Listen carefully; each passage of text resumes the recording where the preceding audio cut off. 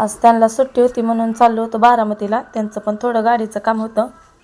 मला पण बँकेत जायचं होतं. लाडक्या बहिणीचे पैसे आले होते ना, ते काढायसाठी जावं लागलं. माझी बँक बारामतीत आहे, आमच्या गावापासून लांब आहे, त्याच्यामुळे मला बारामतीतच जावं लागतं पैसे काढायला दरवेळेस. मग तिघं चाललो होतो. मी, आमची हे आणि चिव चालली होती. दादाला ठेवलं होतं घरीच, चिवला नेलं होतं. मग तिची शाळा लवकर सुट्टी ना, मग तिच्यापाशी कोणी नसतं. त्याच्यामुळं दादाची काय 5 वाजता सुट्टी, त्याच्यामुळे त्याचं काही एवढं टेन्शन नव्हतं. त्याला सांगितलं होतं 5 वाजता येते म्हणून.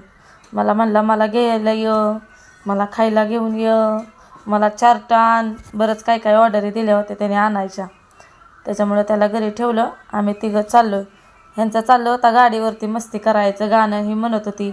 पोरगी चालू होती ती गाडी, तिला लई गाडीवर बसायची आवड आहे त्यात, आणि त्यात जास्त फिरण्याची. मग तिघांचं ठरलं होतं जायचं. आलो बघा बँकेपाशी.